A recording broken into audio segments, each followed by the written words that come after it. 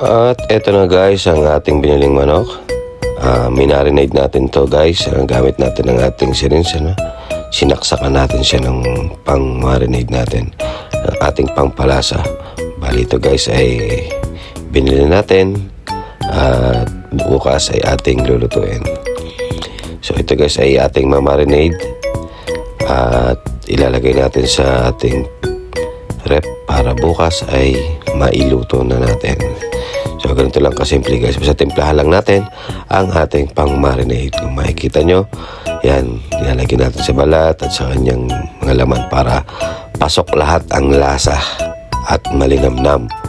Para pag kinain natin, talaga namang juicy at napakasarap.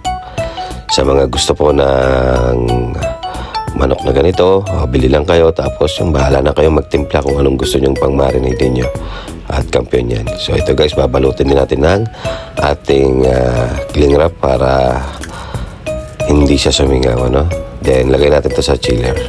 At ito kinabukasan guys, yan, lulutuin na natin siya. So gamit natin ang ating Power Pack Air Fryer. Kampiyon. So ito, luto natin siya ng about 1 hour. Then yun na, luto na.